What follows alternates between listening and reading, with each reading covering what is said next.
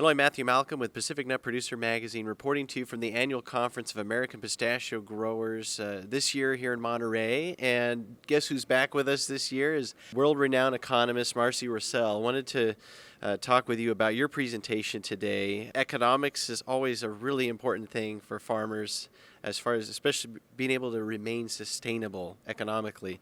So can you tell us what are some of the trends that we're seeing in the world economy that are going to impact our California farmers in the near future? Sure. Well, everybody's talking about AI right now, but they're not talking about how it's going to affect the developing world, which is an important part of export markets for anyone engaged in American agriculture.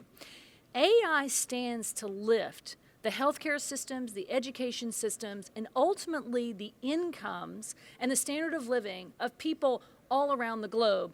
But most importantly, for those folks who are at the lowest levels right now. So we're talking about hundreds of millions of people who suddenly go from being desperately poor to having their incomes rise just enough for them to do things like eat meat multiple times a day, to do things like increase their calorie count, just like China did in the early part of this century. So particularly countries like India, I see AI adoption, something that we're so worried about, as actually being a sort of economic lift for many places around the globe. And this comes at a time when sort of the economic financial system, particularly the value of the dollar, is changing as well.